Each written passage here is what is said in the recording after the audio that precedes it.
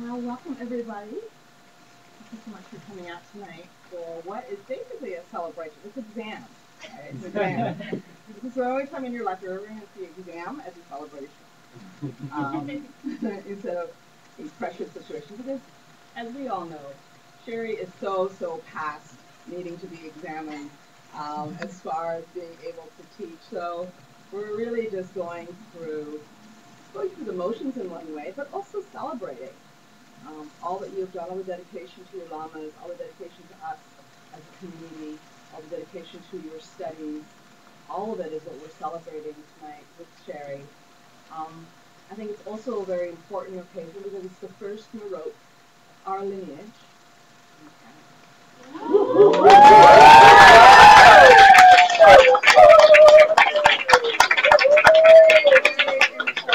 A very important thing to celebrate for all of us. So Sherri will be the second person in our lineage, second Canadian in our lineage, the first, second Canadian in our lineage to Maroke, but the first time that the Maroke is actually happening in Canada. My Maroke is in LA. So this is very exciting, and just I'm so thrilled to be the master of ceremonies for this. Very just thrilled. And sit at your feet, Sherri. Sit at your feet, really. I don't know if everybody knows, but Sherri was tasked by both her lamas and by Geshe Michael and by Lama Maroke to really take this community forward and through the ACI courses. So her and Karen Isak were the people who really got the first group of students through all 18 courses here at Three Jules Vancouver before there really was a Three Jules Vancouver. And of course, she's the chairman of the board now and is our intrepid leader on all sorts of levels and our teacher in all sorts of ways. So thank you, Sherri, for all your years of incredible, incredible service.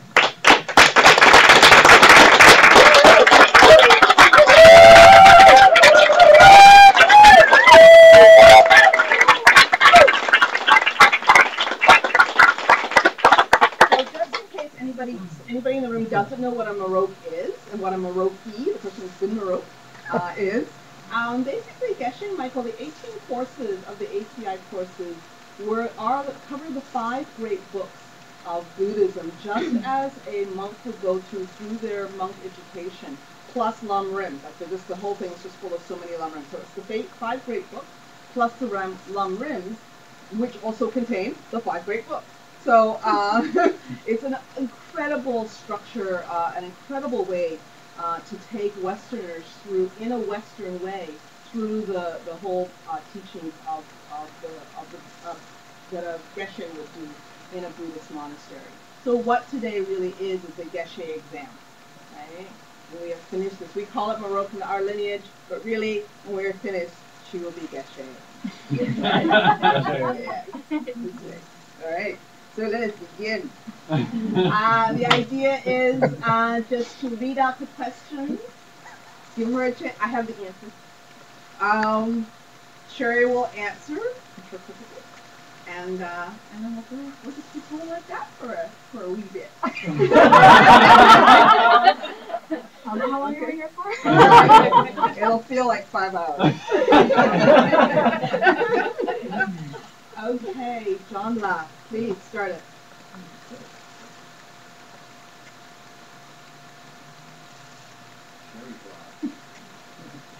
Name the 6 primary mental afflictions.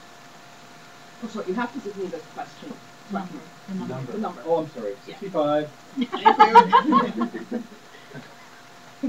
I feel like I should have a button. It's Jeopardy, Dharma style, right? Absolutely. Do I get to have a lifeline? There's no book, let's put it that way. The 6 main mental Name the 6 primary mental afflictions.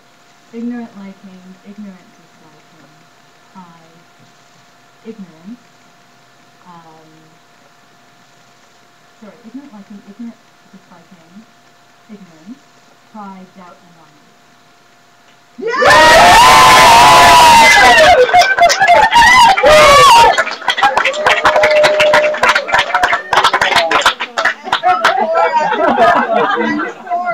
And for bonus points,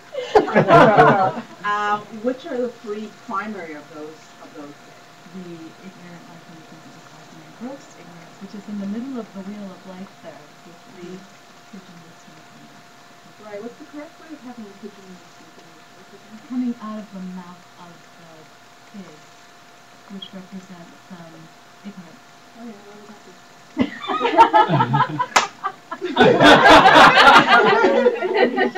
Because ignorance is the root of all of our misperceptions.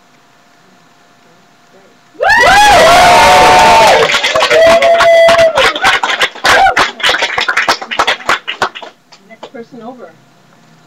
Number 61. Explain why nothing less than this precious wish could ever transform your entire world and your very being into something totally pure and enlightened. The wish that we're talking about is the wish to achieve the perfect of all living beings. And so because the recipients are all living beings, we need a great amount of virtue to get there. And because our goal, because our aspiration is aimed at unlimited number of beings, it gives us the ability to collect the vast amount of virtue that we need to reach there so that we can actually collect the virtue to purify ourselves and others. Wow!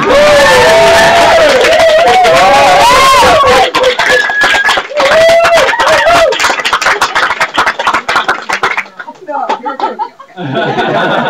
I told her, she said, oh, my stomach. That doesn't stop as soon as you start. Apparently It hasn't stopped. Only 98 more to go. And bonus questions. Bonus questions are fun. Number 16. Briefly describe the 8 characteristics of correct meditation posture. Tibetan track even compliments it. Okay, well, I'm not going to give you the Tibetan track. Although I am going to give you some Tibetan later. The legs in, they say lotus or half lotus, although we say no, lotus is okay too. And that's the first one. And then you want your eyes either neither too open nor too closed. And you want your back really straight, your spine straight, that's 3. And you want your shoulders level, your head level, so it's not neither too up nor too down. Okay. Did I say eyes? Yes. And you want your tongue, your teeth and your lips soft, your tongue at the roof of your mouth. And, sorry, is that tongue? Okay. The tongue and the... Okay, wait. You've got your legs, your eyes, your spine, your shoulders, your head, your... Sorry, tongue separate. Separate, yeah. And your face and your lips and your teeth are separate. And, that's it. Hold on, let me do it again. No, we're at 7. I just checking yourself. Because there is the 8, which is the breath.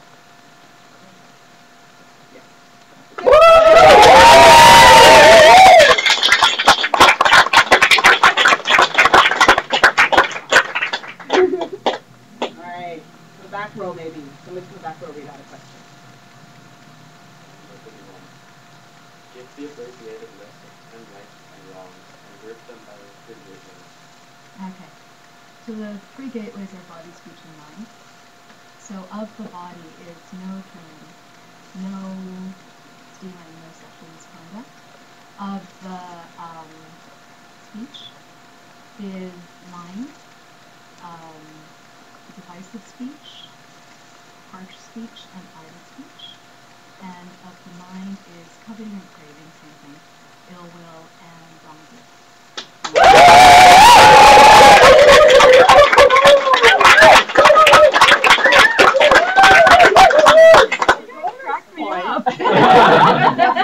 Bonus point.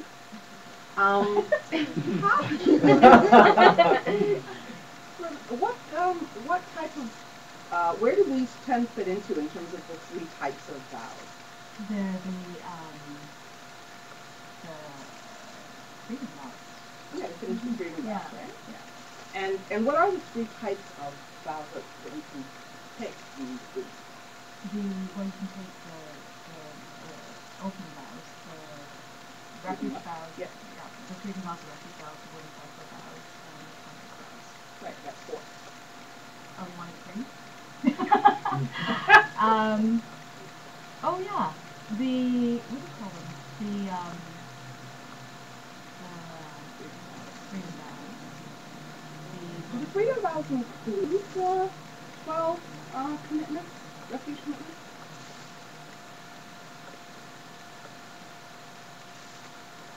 I don't know, actually. But I do know that I had to take them.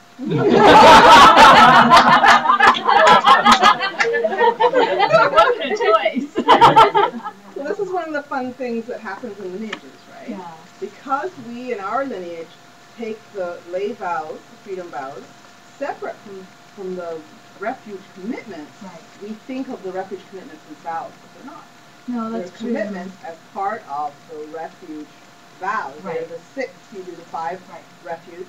But you have Right. to maintain your commitment of refuge. Exactly. Yeah. Next person, back row.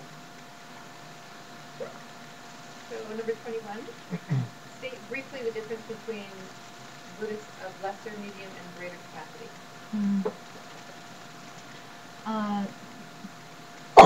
Bit of a misnomer, but the lesser, the motivation is what separates. So the motivation for the lesser is to avoid rebirth in any of the 3 lower realms.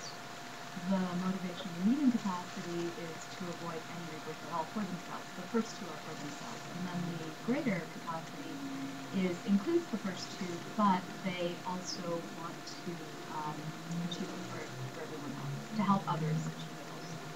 All right.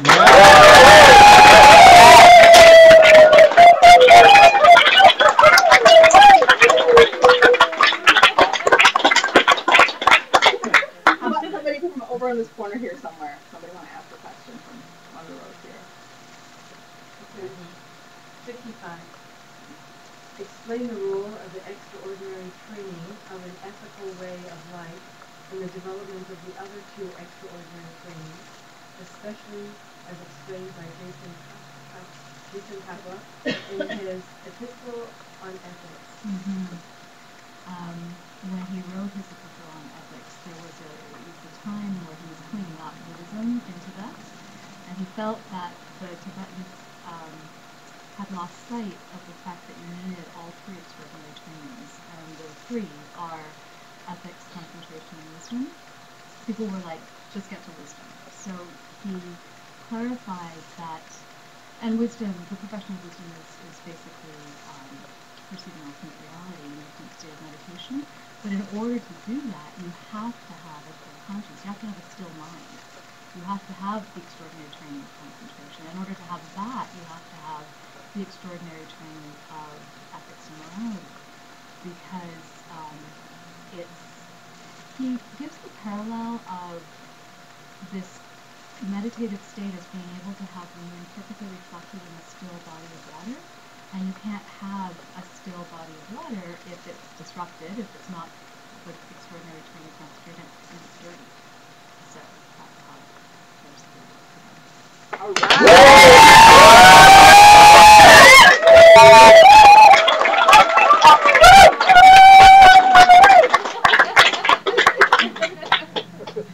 And for bonus points.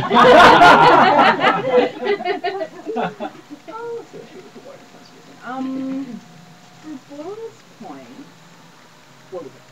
Next, somebody over here. Number 19. Name 4 parts to the practice of taking yourself to reality. The first one is to develop faith and emotion. The second is to know how to think about them properly. The third is know how to act towards them properly, and the last one is to develop love.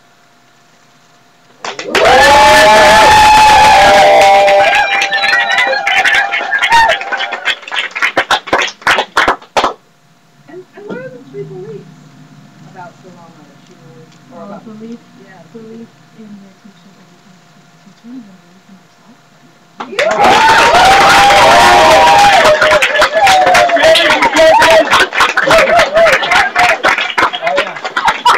all the questions away. Another person from over here.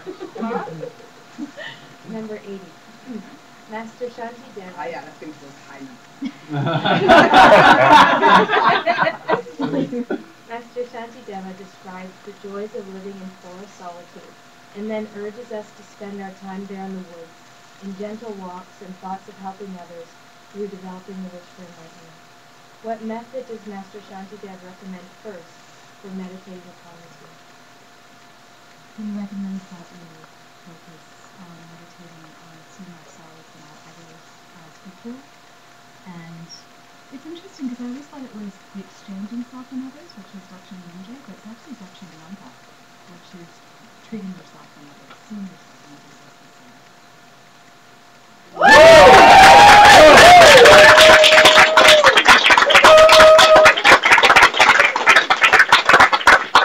Basically, it's a bonus point. There's basically 2 ways of developing bodhicitta that are named in that Bob talked about last night. Yes. Gold, our best buddy. Shadi and I went to see Bob last night. Robert And Thurman. his dad. Extraordinary. We're still levitating. We are.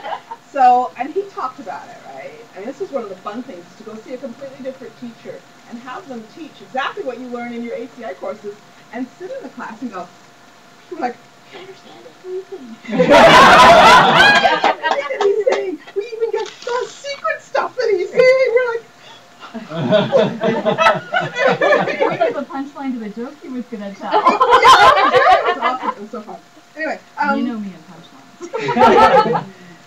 So there's two ways of developing bodhicitta in the teachings, and you named one of them, right?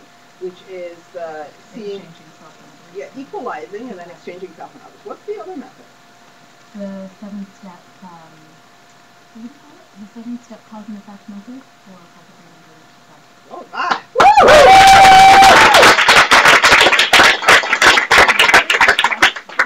I know. Okay.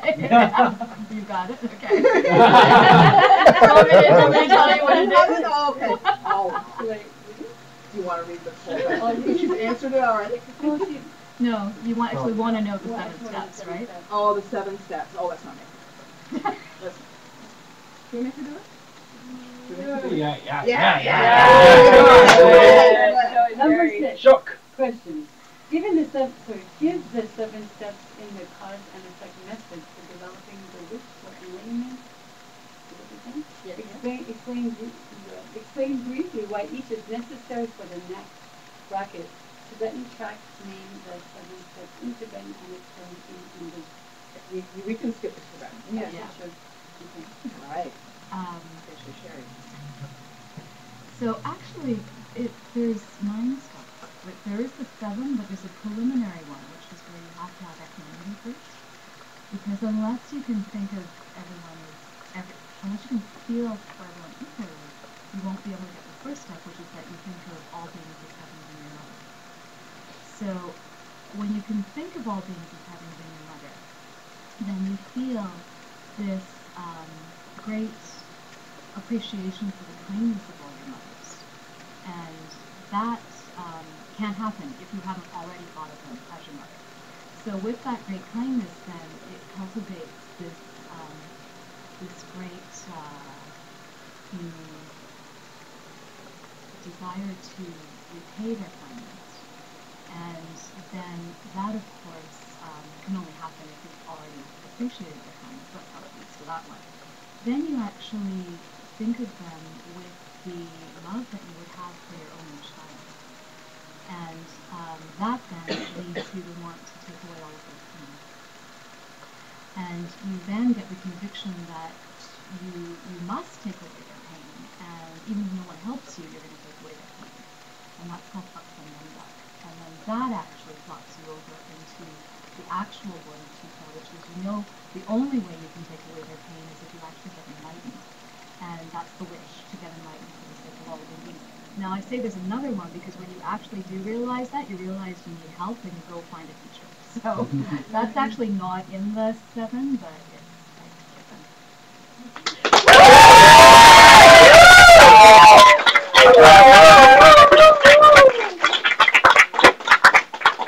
Why can a Buddha help the beings, and what is the state that the Buddha has that it allows him to be able to help beings if he recognizes the success that you're going to have to develop, and why you slot into bodhicitta? What is it that Buddhas can do that an ordinary being can't do?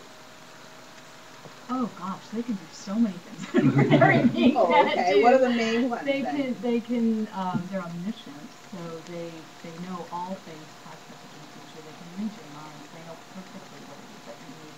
They know perfectly what it is that they need to take up, what they need and what you need to take up and give up. And they know it perfectly.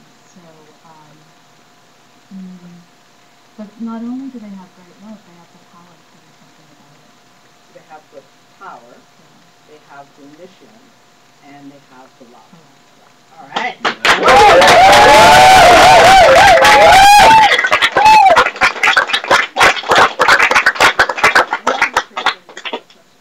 Okay.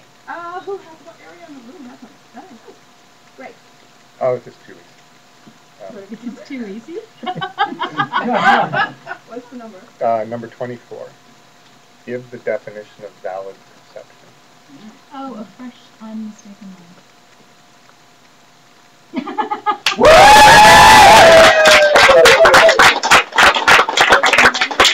memory a valid perception? That's actually a really good question. It is, because memory in the present moment memory is actually a present moment recollection of something. So that can change depending on spiritual vision again. Right. I mean, what if you were drunk when you had the experience and your memories of, having been affected, right? Right. So is it fresh? I guess your present recollection could be fresh of it. I don't know. It's a good one for the debate round. I'd say no. It's not considered a valid perception. It's not a fresh perception. It could be a valid perception of a memory. Yeah. But it's not a valid perception of the memory itself. It's not a valid perception. Right? It's like if you see, there's that whole thing people do is we all leave the room with the glass be here, and of course they saw somebody will say, well, we put a camera on it. No, you'd be having a valid perception of a picture of the glass, but you wouldn't be having a valid perception of glass. It's the same thing with memory. It's not a valid perception. It's a valid perception of the memory of it, or the idea of it. Right? See the distinction? Where are we? Who hasn't had a chance? By the way. Number 52. Please, Sherri, name and describe briefly the 6 kinds of suffering that we must undergo. Oh, I wanted to put the answer to this in music, actually. You can't, well, I can't. Yeah, okay. There's no certainty. It's, we're at the mercy of our karma and our kleshas, and, there's no satisfaction.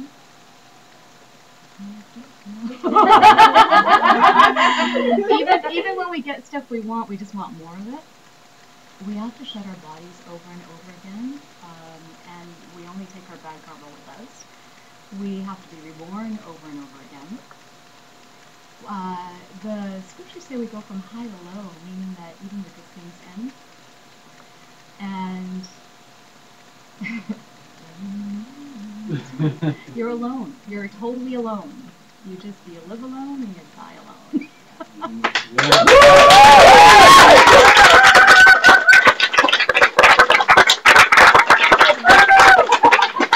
It would go well with music. It would. Could you give us the suffering and the three? Could you give us how we suffer in the 3 ways? That's the 6 ways. There's the 6 ways. There's the 8 suffering ways. You mean the suffering of suffering, the suffering of change and all pervasive suffering? Yes.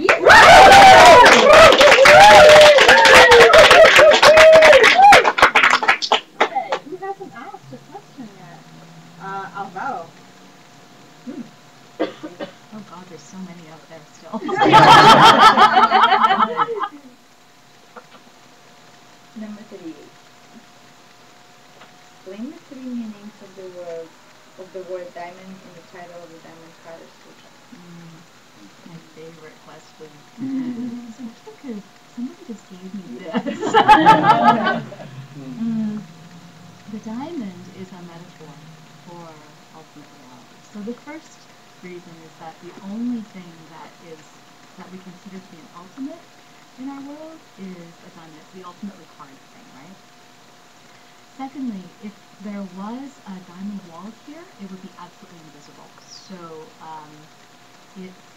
actually, let me go back to the first one. Ultimate reality is emptiness, okay? And the second one, ultimately clear, is that emptiness is everywhere, but we can't see it.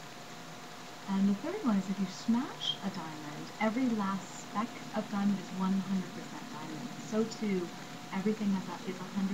It's not like this has, because it's half full, it's only half empty or half full. It still has the emptiness of this, right? So yeah, everything has 100% emptiness. All right.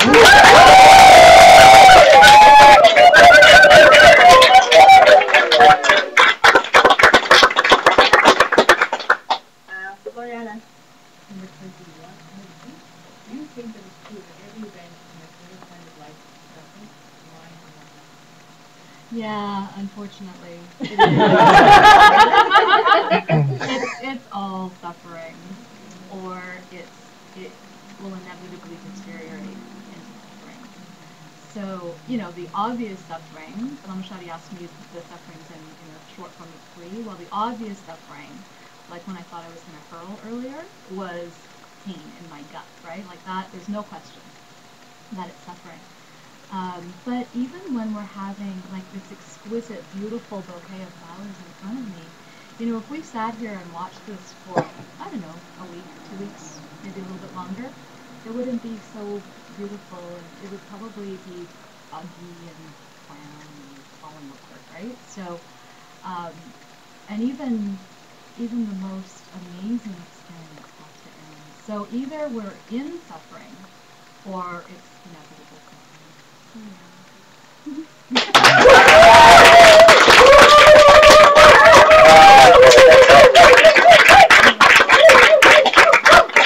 Who's burned to ask their question? Who hasn't had a chance yet? Number 70. 17? 70. Okay. Sherri, please quote from memory the lines that describe the immediate cause of anger and the usefulness of these causes. Oh, Master Shantideva? If there's something you can do about it, why worry? And if there's nothing you can do about it, what use is there to worry?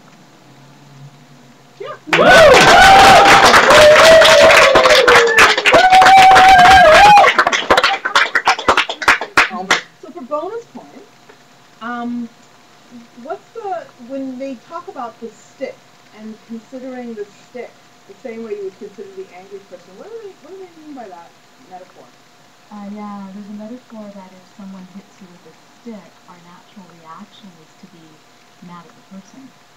But they say that what actually causes the pain is the stick hitting your flesh. So you should be mad at the stick. But then they say, no, but it's the person wielding the stick. But then what's wielding the person to cause them to hit you in the first place if they're angry? So you should be mad at the anger.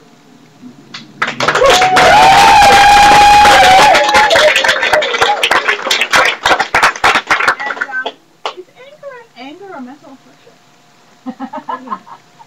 Well, it's defined as a klesha, and a klesha is a mental affliction. Right? But anger at anger. Anger at anger. Actually, that's the only time that it's useful. It's the only time that's recommended. So it's not actually considered that. No, it's not.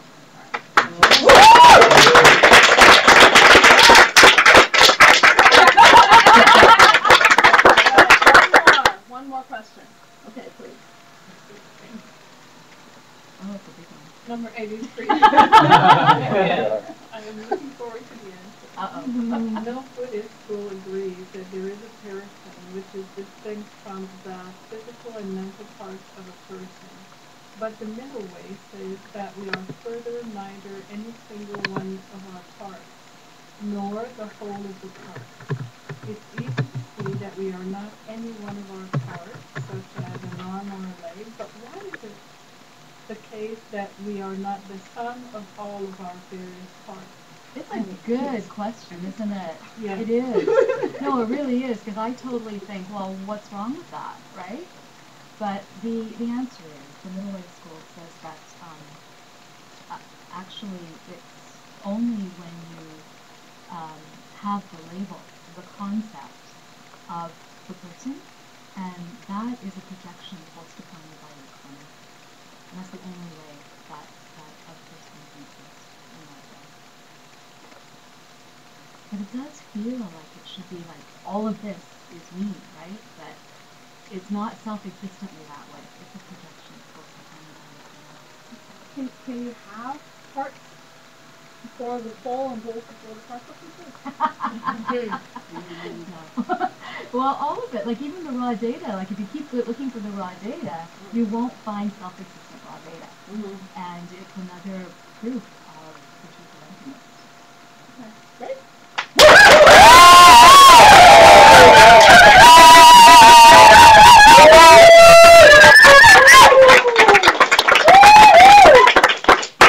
So what do we think? Does she pass?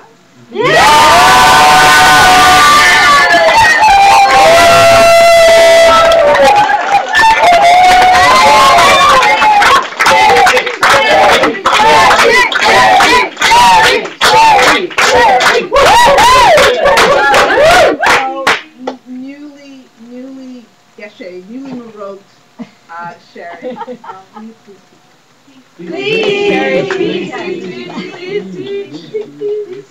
Okay, well, only if you guys do something for me first. Which is, I was taught that whenever I do teach, that I should do remembrance minutes, and that a useful way to do that is to recite the mantra from the diamond cutter. You asked me the diamond cutter question. The diamond cutter sutra. So I'm going to ask all of you to sing with me. We're going to do this in call and response. And then I'll share something else with you.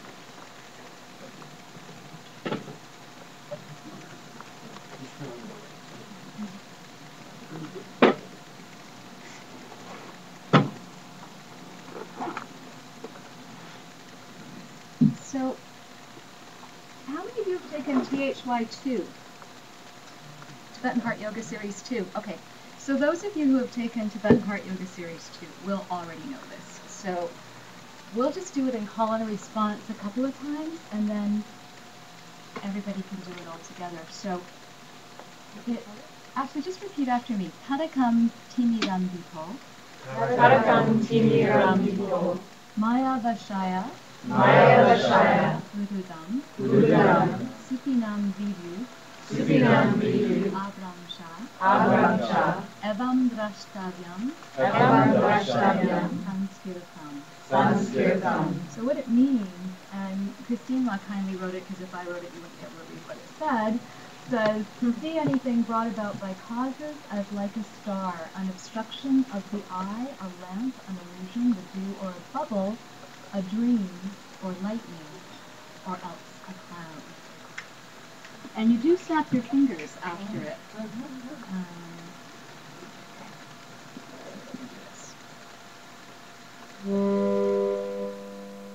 So just repeat after. We'll do call and response a couple of times, okay? Tarakatimiram dipo. Tarakatimiram dipo. Maya vashaya bududam. Maya vashaya bududam. Supinam vidurabramsha. Evam drashtavyam sanskirtam.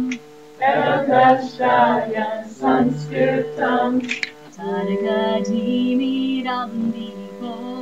Tarakam timiram dipo. Maya vashaya bududam. Maya vashaya bududam. Supinam vidurabramsha. Evam drashtavyam sanskirtam. Evam drashtavyam sanskirtam. Tarakatimiram dipo. Maya vashaya bududam. Supinam vidurabramsha. Evam drashtavyam sanskirtam. Tarakatimiram dipo. Maya vashaya bududam. Supinam vidurabramsha. Evam drashtavyam sanskirtam. Tarakatimiram dipo. Maya vashaya bududam. Supinam vidurabramsha. Evam drashtavyam sanskirtam. Thank you. So it's useful to sing that whenever you need to do anything.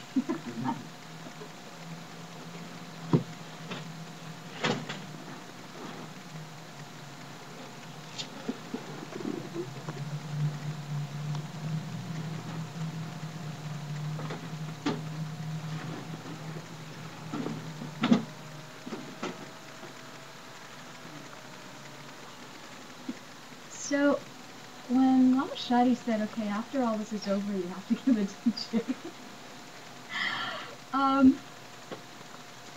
there's so many things that actually, it was so hard to pick what to talk about that I didn't pick anything at all for the longest time. And Hillary called me on the weekend when I was supposed to be studying for my Maroke and I was actually on the beach. I'm never on the beach, okay?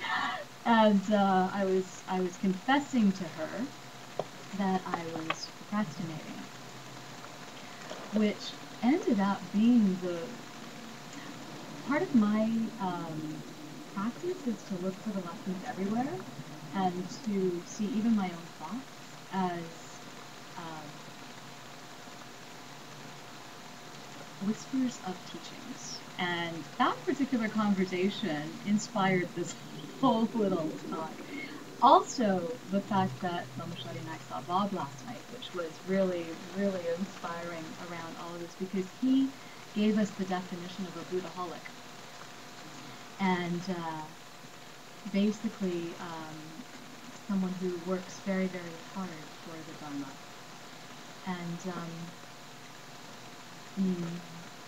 because I had procrastinated so badly before coming up with my topic, I wanted to share with you two terms in my sort of spiritual career, I guess, that really made a big difference to just sort of dabbling in it and getting really serious and starting to see some real results. And the two words are right here. They are lelo and Tloksam Numbak. These are Tibetan words. And thanks to Mariska over here, a few of us actually have had some Tibetan lessons. So I was able to write this out. And for those of you in the group that have Tibetan, remember that La with Renbu, which is lay, and La with Naro, which is low. So lay low, right? So everybody say lay low. Lay low. Lay low is the one word Geshe Michael says is really easy for Westerners to remember because it's like lay low, and it means laziness in Tibetan. And the antidote is Tloksam Namdak. Say Tloksam Namdak. So I wanted to talk to you guys about that. I also just want to let you know that nothing I say is actually mine. The only reason I sit here is by the grace of my teachers. The amazing beings who are on this altar, Lama Yvonne and Lama Raja, who are in clear retreat right now. Holy Geshe Michael and his holy teacher, Ken Rinpoche, and the Dalai Lama, without whom we wouldn't even have the Geshe program in North America. All the Tantric Lamas and Lama Moods. And anyways, if I say anything that is of value to you, it's just coming through me. It's not coming from me. Okay, just want to clear that up first. And Geshe Michael really has given us, all of you who are here for ACI, you know, he has given us so many incredible teachings. I particularly like his cooking teachings, like the pen and the echo effect, the last maple covered donut. Like, he's got all these beautiful teachings, and if you don't know what I'm talking about, come talk to me later, because they're really, really great. I could be here all night, but we're not going to talk about those. I wanted to give you the gift of understanding these two words, this one in particular, which came up in the questions about the 7-step way to cause and effect. It was actually step number 6. It's also really closely tied into the 6 perfections, for those of you who are familiar with that, joyous effort. And it's also a really integral part of one of the 10 key qualities you want to look for in a teacher. So it's a pretty important word. And I wanted to clarify what Lelo is and what Tloksam Namdak really feels like. Because for me, I find that we get a lot of intellectual blah blah, and it's really great to be able to spout it off at cocktail parties, but unless you can really live it, it just means you've got more stuff to talk about. It's spiritual materialism, right? So Lelo, this laziness, you know, there is the couch potato variety that we associate with it, where you watch too much TV or you eat too many potato chips in front of the couch and you just or you're depressed or whatever, right? So that's the logical term for laziness.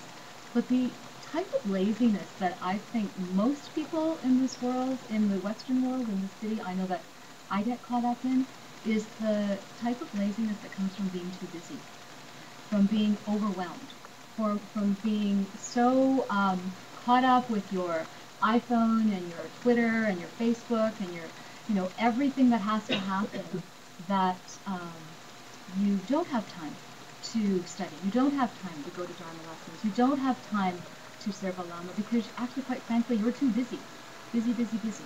And that is actually another form of laziness. So the antidote for both of these is this nanda, which is this ability to really know that you can do something, even if nobody helps you. You can do what's right. You can do what's virtuous. You can do what's important for your spiritual development. You can do what's necessary to help somebody else. And it's this feeling that I know when it kicks in for me, it's a very physical feeling in my heart and in my gut. It's total opposite to wanting to hurl, okay? And it's, you yogis in the room will understand, it's this feeling where, the knots loosen a little around your heart, and you get some wind into the central channel, and you get this sense of determination. It's like, I tried to think of English words for it. Gumption? That's not even a word. It's a saying, right? But this, yes, I can do it.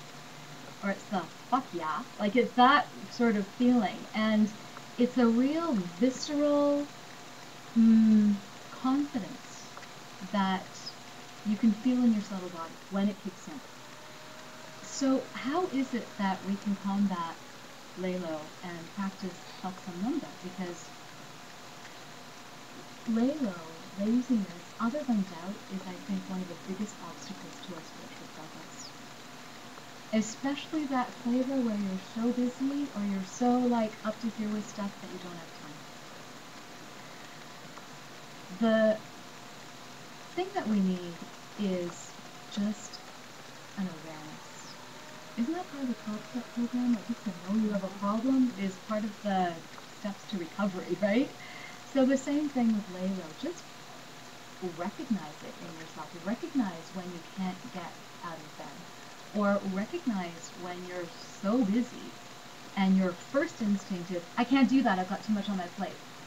And take a look at it and take a look at whether it really is the fact that you're active for the sake of something that's going to help you and others in your spiritual development, or whether you're just busy because you like being busy, because that's something that, I don't know about you, but I noticed, I was in the SkyTrain today and I noticed everyone's on their thing.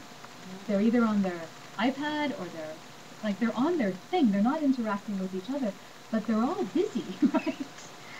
So just watch for that. And when you have either of those feelings, that you can't drag your ass off the sofa, or you're too busy, the last thing you want to do is to help somebody else, or to show up for something. So really what we have to do is go against our natural instincts. Go against the, no, I can't handle that. Just say, there's this beautiful Dharma movie that Dharma movie recommended, and it's called Being There, and there's a character in it, this gardener, who says yes to everything, and everything just magically transpires for him in a beautiful way. And it's kind of like that, just having your instant reflex be yes instead of no. And with practice, and I'm not saying that, if you really are tired, you need to rest. If you really are overworked, you have to figure out a way to balance that. But watch and see, is it really fatigue or is it Lelo? And if you're really, really, really, really honest with yourself, then you can start to conjure up a little bit of Satsananda. And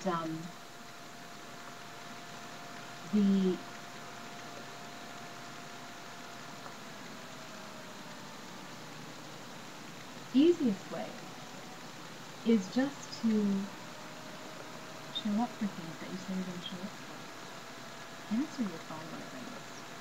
Answer your emails in a timely fashion. You know? Just don't say you're going to do something if you're not going to do it. Just basic common sense. But those are the little things that will start to change this habit. We're just in the habit of being busy. We're just in the habit of being lazy, actually.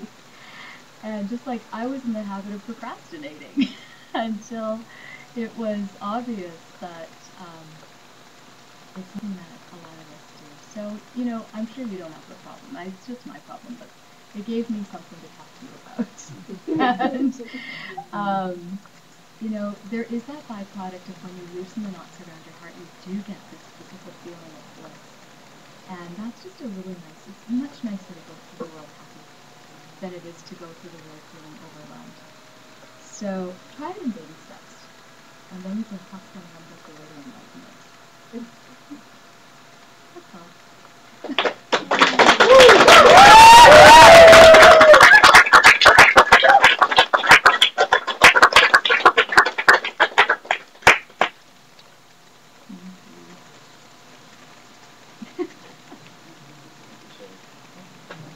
So Sherri, now that you have Maroke, there's something that you need to do. You need to purchase a diamond, and you need to offer that diamond into a large body of water, or in a sea, or in some way.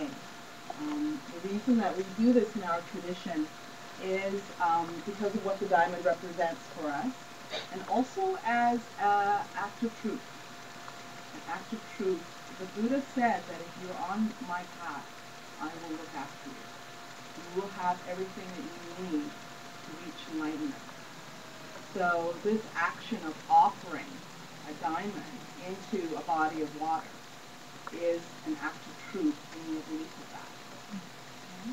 And we also want to offer you as a community to commemorate your Maroke becoming a geshe. We want to offer you diamonds. So please stay always with us. Please continue to teach us.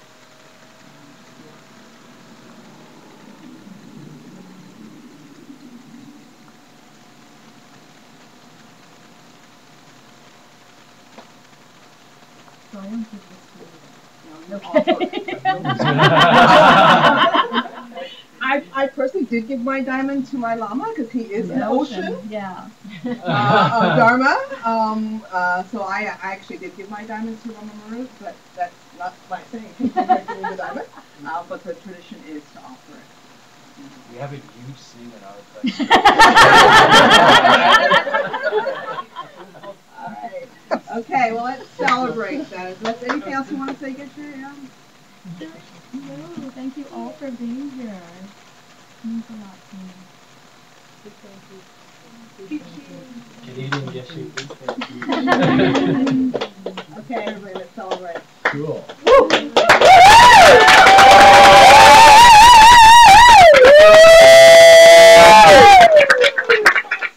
Oh, yeah. We have, I think, 5 Marokes happening this year. President, Sherri for mayor. Please give me your questions back. Thank you.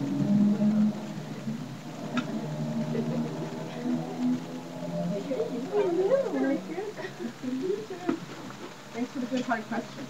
Where are the hard questions? Sure. Holy crap. Yeah, absolutely. I can repeat these, though. Have you tried it? Come on, Sherri. You have to tuck her up.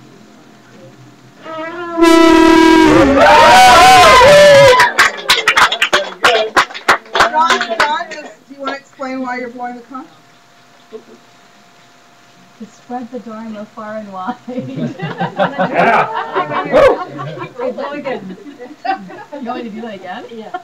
Please. You have to puck her up. Okay, hang on, let me get the With some feeling.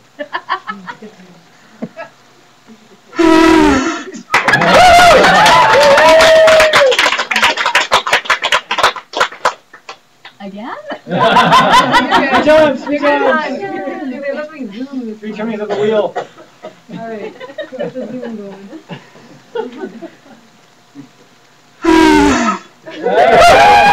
It's an elephant collar. What other songs do you know? Series G.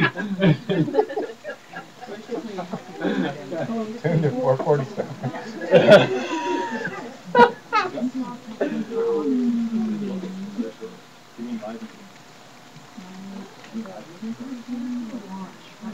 That was Fred's for the Oh, was that Fred's idea? Thank you, Fred. Very helpful. Otherwise, we would have tortured her for long.